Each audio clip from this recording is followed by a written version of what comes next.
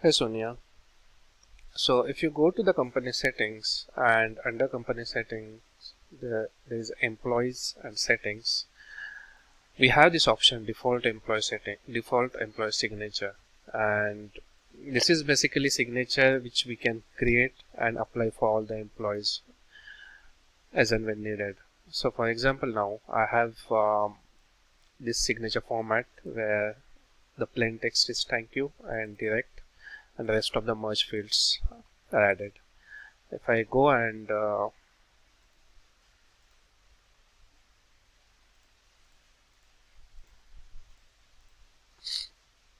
select my signature,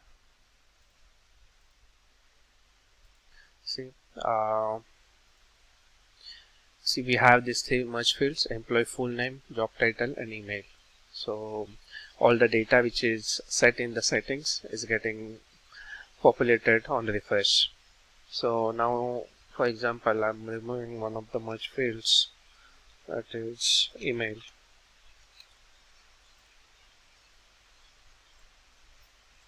and refresh. See, the email value had gone. So that's how it works. Whatever format that will be set here will get populated on the refresh in my profile or employee signature page. And your question was like why it is giving message after data is getting populated.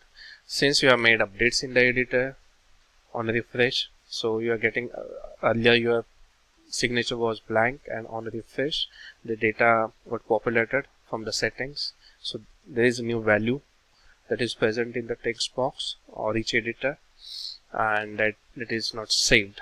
So that's why you are getting dirty page warning. That is expected. Yeah. Let me know you want to discuss it further. Thank you.